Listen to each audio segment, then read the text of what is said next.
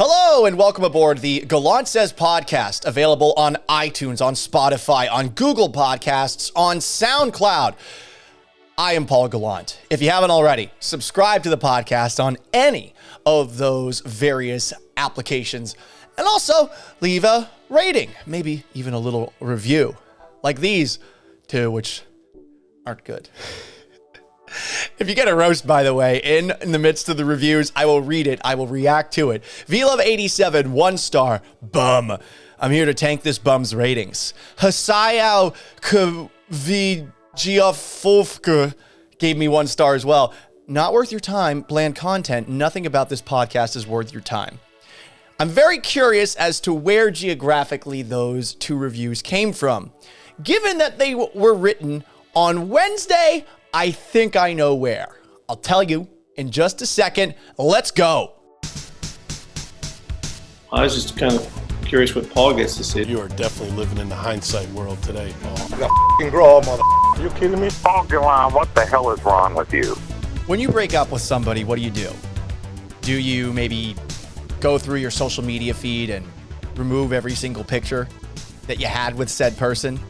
Do you block the person on all of those social media feeds and maybe even their phone number too? Or do you do something really toxic like, I don't know, put their number out on the internet, release revenge porn? I hope you don't do that, because that is the sign of a psychopath. Generally, you want to turn the page, right? You want to leave your past behind. You would prefer to stay away from a one-night stand hookup kind of scenario where you go back to said person. That is not something that is taking place with the Tennessee Titans this week. We talked about them on last Friday's podcast. I've brought this up before. I hate Tennessee Titan fans. Hate them. This stems back all the way to when I broke a story about how Jake Locker was being benched for Zach Mettenberger.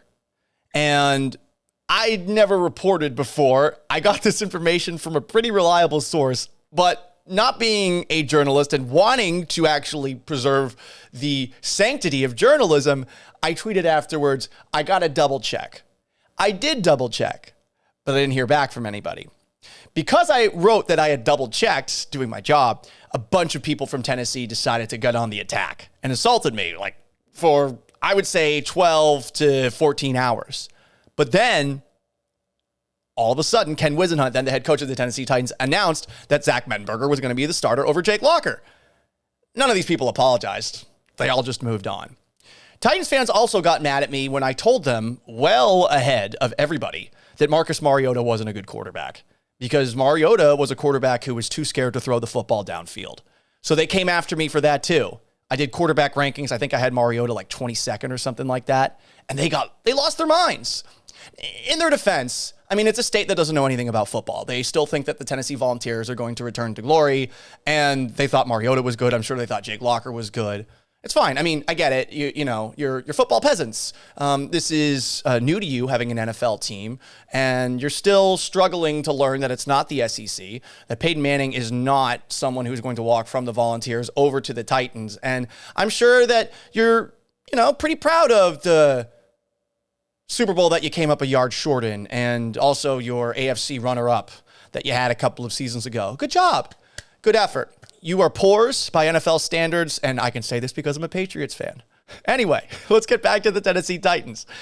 They sprayed us on social media with a bunch of Oilers things for Oilers Tribute Week, logos and things, and I got irate. My Titans fan buddy, Mike Lefko, who worked with me at 710, made me aware of it because he knows exactly how to trigger me. So I retweeted this social media barrage saying, "You are thieves, piss off, and give Houston back its football history." For those who don't know, the Houston Oilers moved to Tennessee, were the Oilers in Tennessee for a couple of seasons before when they got their new stadium after playing in, I believe, Memphis and in a couple of other stadiums, maybe at the Vanderbilt Stadium too. They got their new stadium, they rebranded. I continued the thread The balls on these people believing anyone in Tennessee actually respects the Houston Oilers history. These throwbacks don't belong to you. And then I had this line from Indiana Jones, that belongs in a museum. I followed up the thread saying, I'm legitimately angry about this. Titans fans, once again, came on the warpath and attacked me, and I did to them what I just did to them just a couple of moments ago, though with a Twitter chain, and I also tweeted pictures of Kevin Dyson coming up a yard short, Jake Locker holding a number 1 overall or first-round draft pick jersey in front of him, Marcus Mariota doing the same thing. When a team leaves town, I am of the belief that it should leave the history of said team to that city. This doesn't always happen, and I can understand the argument, well, it's that person's property. But is it? Can you really take away the memories of a fan base? You can't. So why should you take away everything else that had once played in the city if you're going to move the team to another city and change the name? What's the point? What's the purpose? What do you gain? This has happened a couple of times over the last 20, 30 years or so. 40 years, actually. I think this is the gold standard for how it should be done. Remember the Charlotte Bobcats, who came into existence in 2004. This was after the Charlotte Hornets in 2002 moved to New Orleans. They were the New Orleans Hornets there. But after a couple of years, in 2014, the Bobcats and Hornets made a deal. The Bobcats acquired the history of the Hornets and the record of the Hornets from 1988, when they were founded, to 2002. And they got everything back, and now they're the Charlotte Hornets again. The New Orleans team changed its name to the New Orleans Pelicans and are officially recognized as an expansion team that started in 2002. Both teams have their history. This does not happen often, but this is how I think it should be done. Win-win for everybody, right? New Orleans gets a team name that makes more sense, the Pelicans, and the Hornets get their old team back. Sometimes it involves a fight. When Clay Bennett moved the Seattle Sonics, Clay Bennett, to Oklahoma City, a settlement was reached where the Sonics' names and colors could not be used by the team in OKC, but could be taken by a future team in Seattle. OKC would retain the history, but it could be shared with any future team in Seattle. We're still waiting here in Seattle, where I currently live, and I hope that eventually we will see the Sonics back and that they will get their history back. Like the title they won in, 1975, 1976? Off the top of my head, I don't know. I need to watch that Sonics Gate documentary, by the way. I have the DVD. I haven't quite seen it yet, but I know based off of Danny, my co-host on Danny and Gallant back in the day, I know through him that he hates the Oklahoma City Thunder. But I give the Oklahoma City Thunder credit. They have never tried to put on the clothes of the dead ex-wife that they are replacing. They never did that. Another example of a team moving, but the history staying in the town where the history took place, which to me is common sense. When Art Modell moved the Cleveland Browns to Baltimore after 1995, Cleveland Browns season ticket holders and Cleveland, the city, took action. So the NFL brokered a compromise where Browns' history, records, and intellectual property would remain in Cleveland. Art Modell, who was the owner of the Cleveland Browns, actually wanted to keep everything intact. He wanted the Baltimore Browns to be the team name. But get this, Baltimore fans, I think a little more empathetic, a little more sensitive, were uneasy with the prospect of taking Cleveland's football history. Why? Because the Indianapolis Colts were stolen away from Baltimore. So let's go to that situation, because that situation got really messy. And this isn't quite as bad. This is way worse than the now Titans skipping town from Houston. This is, in fact, in my opinion, the worst example of a team skipping town. And I would include that over Seattle. and losing the Sonics. The Colts left Baltimore in 1984, but they did this despite the city of Baltimore actually passing legislation that gave Baltimore the right to seize ownership of the Colts by eminent domain when they were trying to leave. That is ridiculous, right? But that shows a city that was really committed to keeping the Baltimore Colts, the team that, of course, was quarterbacked by Johnny Unitas back in the day. 2 days later, though, the Colts snuck out in Mayflower trucks at 10 p.m. This was before the bill was officially passed and signed by Maryland's governor. So the trucks took different routes out of Baltimore to Indianapolis so that the Maryland State Police couldn't delay them all until after the eminent domain law was signed. Can you imagine that? Police cruisers chasing down a truck that is moving a football team from one city to another. And by the way, a very skeezy tactic by Robert Irsay, but I get it. It's a team he owned, but it's not something that should be surprising, right? Because, I mean, like father, like son, Jim Irsay is not exactly the most stand-up individual. How did former Colts feel about the move? Well, let's go to Johnny Unitas, quarterback of those Baltimore Colts, who was asked about it before the 1996 AFC Championship game against the Steelers. About the Colts maybe getting to a Super Bowl. Unitas. It doesn't belong there. Those things should be left in Baltimore.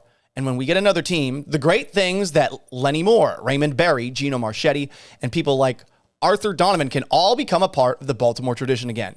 The tradition is in Baltimore. There is no reason for any of us who played for Baltimore to be with Indianapolis. They have never invited me there with a personal invitation, but if they had, I would have said, thank you, but no thanks. The Colts name belongs in Baltimore, just like the Rams name belongs in Los Angeles. The Rams, of course, had moved to St. Louis then, now back in Los Angeles. If the commissioner had any power whatsoever, he would petition the owners to vote in that fashion. That's Johnny Unitas in 1996, a former player.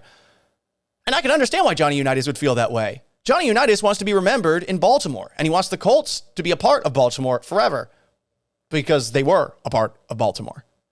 What's interesting is a couple of years back, actually, I think this was last year, the Colts did something similar to what the Titans are doing right now.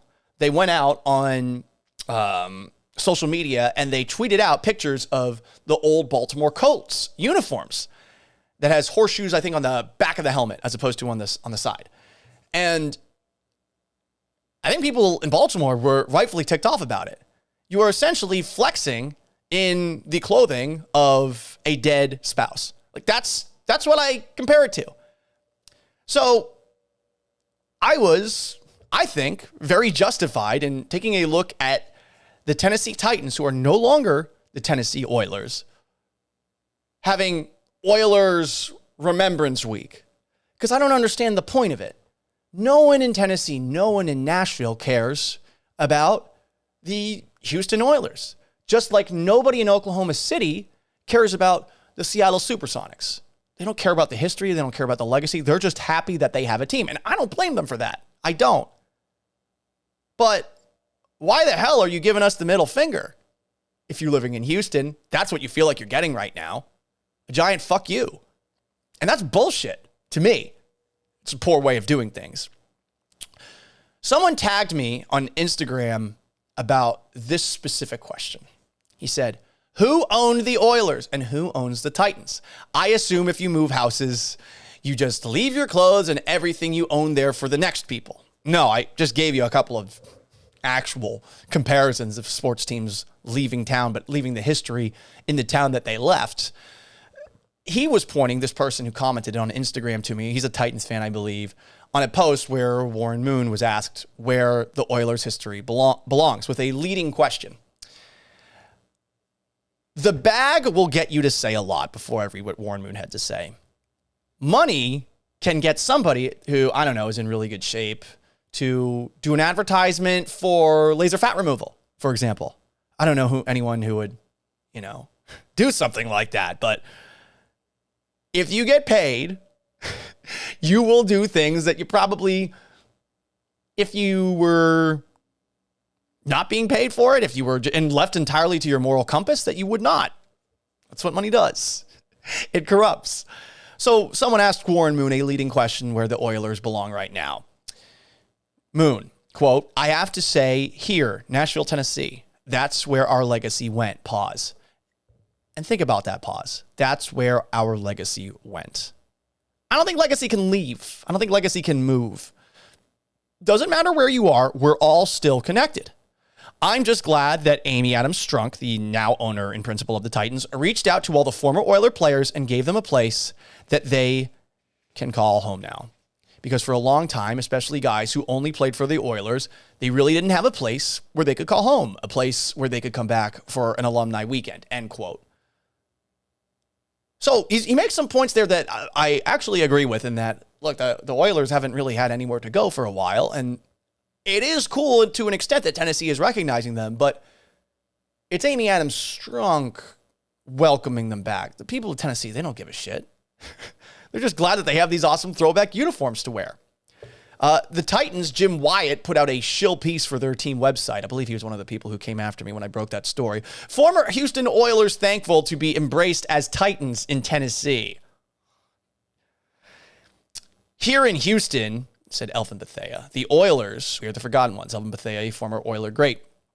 We kind of feel like outcasts here, to be honest. We are not tied to the team here, even though this is where we were the building stones and the foundation. So there's a feeling of being abandoned. And we'll get to more of that in a moment. I can understand that. But that is not the case with the fans in Houston. Robert Brazil, Dr. Doom, someone who I've interviewed a couple of times, who I think is a wonderful person, had this to say: we all need a place to call home. When you play for a franchise and then all of a sudden the franchise leaves that city and goes away, it is hard. We put our heart and soul into something. And when you get to be an old man and you're trying to explain this to your kids, I played football, but I can't take you to the Astrodome to see a game, and the Oilers are not the Oilers anymore. You want to be a part of something. Amy has made us feel like we are a part of something again. Really, again, I want to give Amy Adams Strunk credit for this, because these guys do deserve to be remembered. But what you heard from Elvin Bethea, what you heard from Dr. Doom, Robert Brazil there, I can assure you, this is a minority opinion that may or may not be affected by the bag, and that privately many of those players, if you were to ask them where you want to be remembered, they would say Houston. Brazil himself, when I was working at Sports Radio 610, we did a roast of him.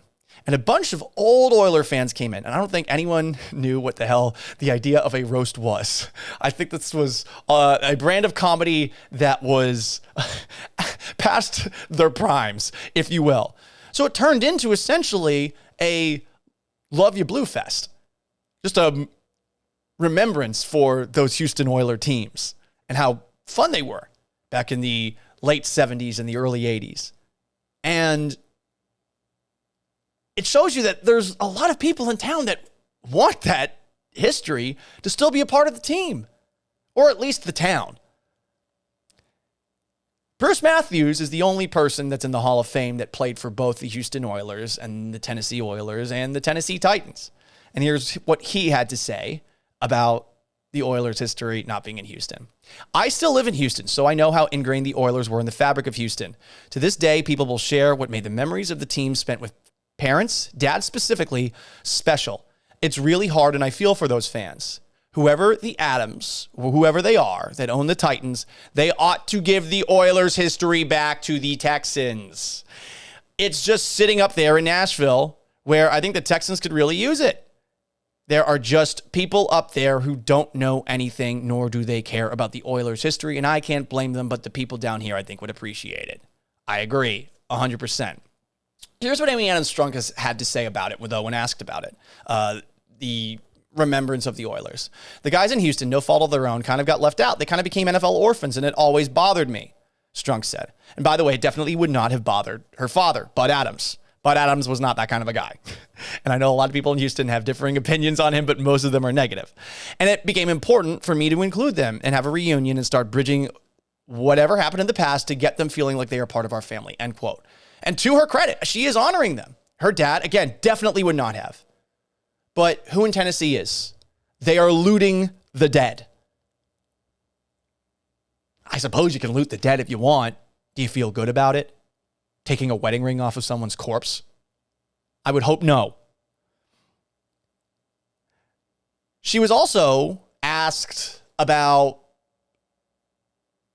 this a couple of years ago about the Titans and their existence and the Oilers and its history in Houston and if the Texans should be allowed to wear those throwbacks. Very interesting, except the Oilers don't have anything to do with the Texans. So that's a hard no.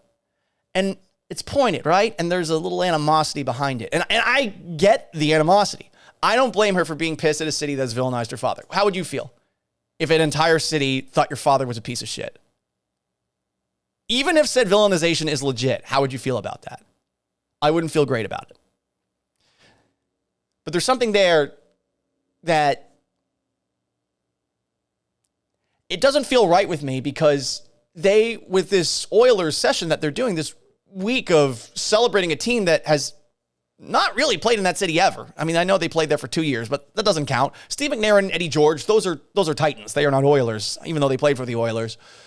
There's a part of me that thinks that they are just giving Houston a fuck you here. And it's more about giving the fuck you than it's about honoring these players because the fans, again, they don't care. That's what bothers me the most about this. But I do think Houston has a part to play in why the history has left town. You know, we mentioned above how the city of Seattle and the city of Cleveland basically sued to keep the history of the Sonics and the Browns in town. No one in Houston did that. No one filed suit to keep the record or the logo. They basically said, all right, fuck off. When Bud Adams, for the second time in a decade, asked for more money to pay for a new stadium. First 10 years before, he wanted renovations in the Astrodome, which by its end was a dump. And, you know, in its heyday, it was the eighth wonder of the world. Afterwards, yeah. And I think right now it's overrun by cats, rats, and bats. And for some reason, even though people in Houston have voted to demolish it, they still haven't demolished it. Adams also demanded this money in the midst of a 2-14 season for the Oilers. And it was a multi-sport arena, but they were going to have the Rockets play in this stadium. That doesn't make a whole lot of sense, right? And Les Alexander, then the owner of the Rockets, never talked with Bud Adams about it. So no one in Houston was going to pay taxes to get the new stadium to keep the team in town, which I understand, but when you don't even sue to keep the record or the logo of all these Houston players, when you assume that you're going to get football back, that's a failure on your part. That's a failure on the city's part. And here's the other problem too. And this is, once again, another example of why the Texans are just so damn unlikable. They are too proud to ask for that history back. I don't think that Amy Adams Strunk would give it back if they asked, but the Texans do not want the Oilers to be remembered. I'm sure if they had it their way, they would pull a Tampa Bay Lightning, and anybody who wore an Oilers uniform to NRG Stadium, they would tell them to remove it. They would come down to them in their seats and they would say, please take that off. Which is a shame. I mean, the Oilers are more a part of Houston's culture and history than the Texans are. Nothing against the Texans. They just haven't done shit yet. And what they've done over the last 2 years is completely burn all goodwill that had slowly been built up for them since their inception in 2002. This would be something, even asking for it and getting a hard no, this would actually be something that would help get the Texans back to being, I don't know, somewhat liked in town. It's a start. It's more than anything that they have done of late. I mean, right now, even if the team has been scrappy in the first 3 games of the year, specifically more so when Tyrod Taylor was under center. And by the way, they look good for the first 6 quarters of the season. It's something that is, I think, really ugly to look at. The logo itself, too. There's a lot of things about the Texans that's just bad. Jack Easterby, the Deshaun Watson situation that nobody on Fox wants to touch with the 10-foot pole. And I think that Houston football fans deserve to have the history of this team back in town. I know it's never going to get it back, but I want it. And I'm mad that the Titans are just saying, fuck you, Houston, by displaying this logo all over the place. It's not cool. They are rubbing our faces in it. So I will rub your faces, Titans fans, in this and ask a question. You wore those Oilers throwbacks once. You wore them in Foxborough. Remember what happened in that game? You lost 59-0. If that's not karmic justice, I don't know what is. So I have watched a little Houston Texans football for the first time basically since 2019. And I got to say, they're better than I expected. I think they're better than everyone expected. They have a pulse. They are scrappy. They have some players. A lot of them are hurt right now, but I think there's some upside with Nico Collins, your rookie wide receiver out of Michigan. Justin Reed had an awesome game against the Cleveland Browns. It's a shame that he tore the ulnar collateral ligament in his thumb, but he forced a fumble. He had an interception in that game. Christian Kirksey, a linebacker who they acquired, I think he's been really good. The running back group at times flashes. The problem is their offensive line sucks. Again, which, you would think trading 2 first-round picks for Laramie Tunsil would fix that, but you learned out the hard way that Bill O'Brien paying all that money for Laramie Tunsil was not a great idea. And on Thursday, they lose 24-9 to the Panthers. But it was a game that they were hanging around in at least up to halftime. And look, this team is totally different with Davis Mills under center. There's no denying that. Davis Mills and his long neck. It's weird, right, that the Texans keep on having quarterbacks that look like giraffes. Brock Osweiler runs like one. Davis Mills, just a very long neck. He looks like one. Mills is better, though, by the way, than Brock Osweiler. It was a very low bar to clear. But I actually think there are some things that are promising with him. I mean, he had a 65-yard throw. Was that against the Browns? Or was it against the Panthers? I forget. But in one of the last 2 games, he unleashed an absolute cannon of a pass. It was inaccurate, but it was a hell of a throw. And I actually think even though he's got very limited mobility, he is capable of making plays. So I wonder what he'll look like with more seasoning. And I wonder, too, if the Texans would actually go back to Tyrod Taylor when he's healthy.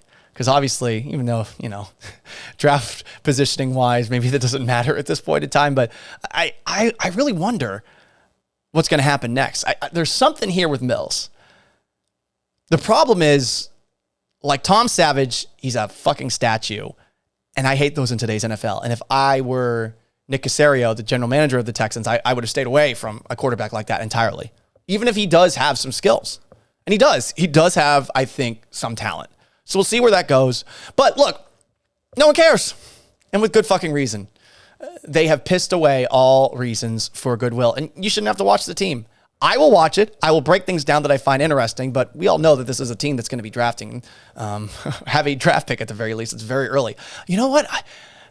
I'm asking this question because the 2 teams that I've most recently covered, they haven't had first-round picks in a while. Let's see. Texans draft picks 2022. Draft picks the Texans have in 2022. All right, they will have a first-round pick next year. Let's go. Some of you guys are going to get mad at the comparison I'm about to make. What the fuck ever. The Seahawks are addicted to big plays. And you never stop being an addict, right? I'm not trying to trivialize that at all. They can't help themselves. Much like an addict can't help himself with a cigarette or with a beer or with drugs and going back down that horrible, sad cycle that so many people that deal with addiction do. The comparison in the sports side of things, though, is that the Seahawks are a football team that no matter how hard they try, will ultimately see Russell Wilson fall back to trying to make big plays. I don't have a problem with him trying to make big plays. He's very good at it.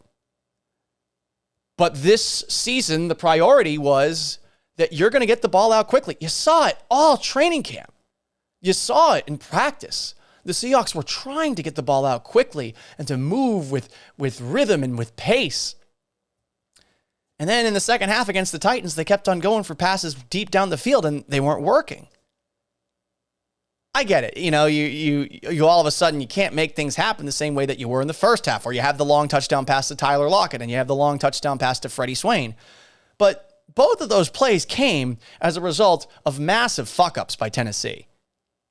I mean, they had no idea where Freddie Swain even was on that deep touchdown play. And they got away from doing the things that this year they were saying that they were going to prioritize with Shane Waldron in charge.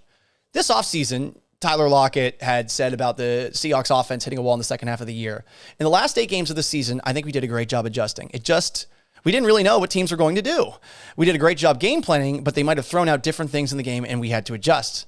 And that's what we would do on the fly, and we did a great job at it. But I don't know about that. I felt like most of the adjustments when the Seahawks were going up against the cover 2 was Russell Wilson trying in the middle of plays to turn them into playground football. And the problem was when these teams were dropping all these guys back in coverage, none of the big plays for DK Metcalf or Tyler Lockett were available to them.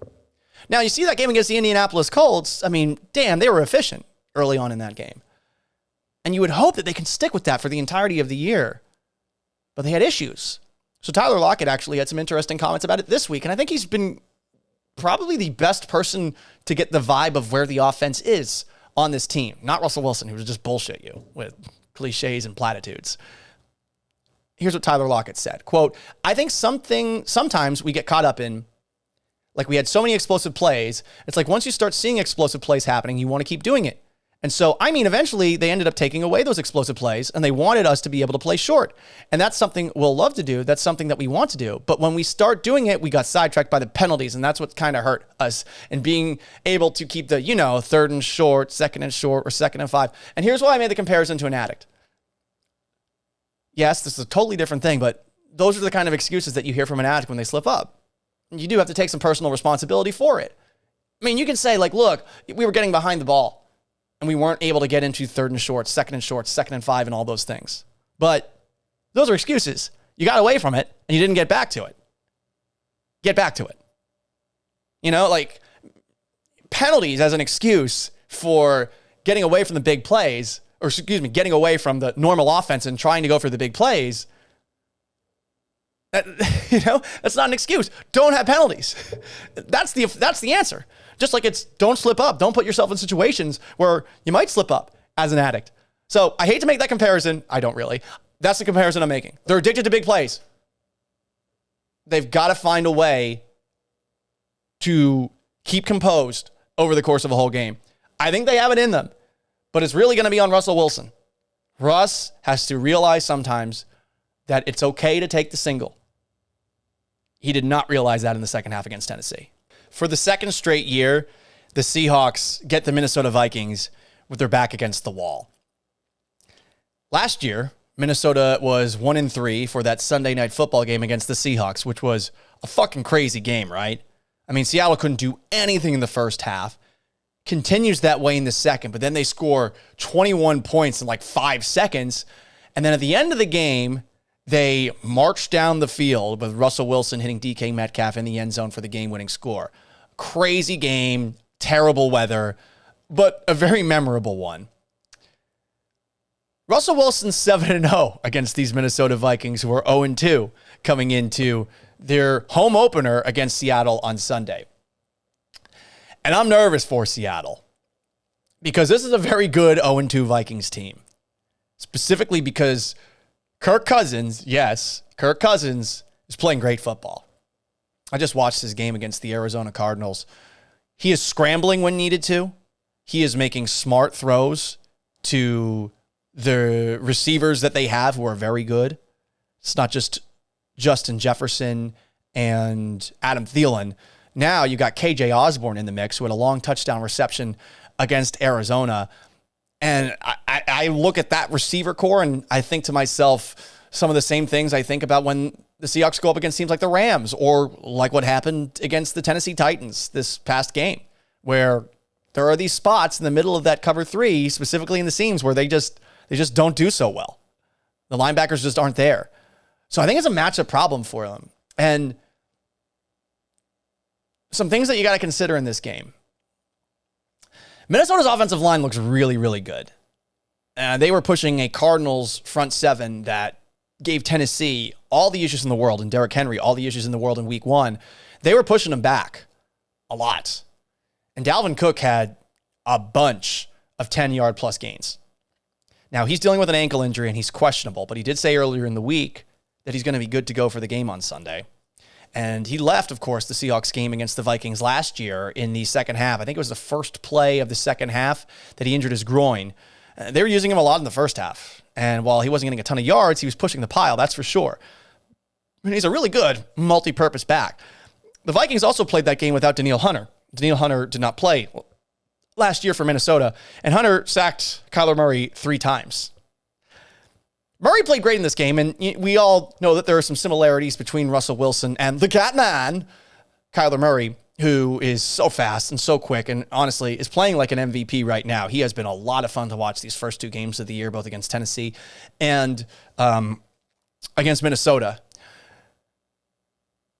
But he's more elusive than Russell Wilson is. And if the Seahawks offensive line has the struggles that it seems like they've been having, I mean, they haven't been running the ball great. They also have seen Russell Wilson get sacked the same amount of times that he normally gets sacked. I think it's still not the worst offensive line in the league, but I think that the Vikings pass rush can get to the Seahawks. So I hate to do this, but after what I saw from the Seahawks against the Colts, their propensity to go for the big play, which might happen and might work against the Vikings. It did work for the Cardinals at times. I think that the Vikings are going to win this game and that the Seahawks are going to get dropped to 1-2. The last thing you got to remember, it is really difficult to play in Seattle, but it's really difficult to play in Minnesota. That's one of the loudest stadiums in the NFL. They got good fans, and I think this one's going to be tough. Very, very tough for Seattle. I hope they win, obviously, but I'm picking Minnesota to win this game.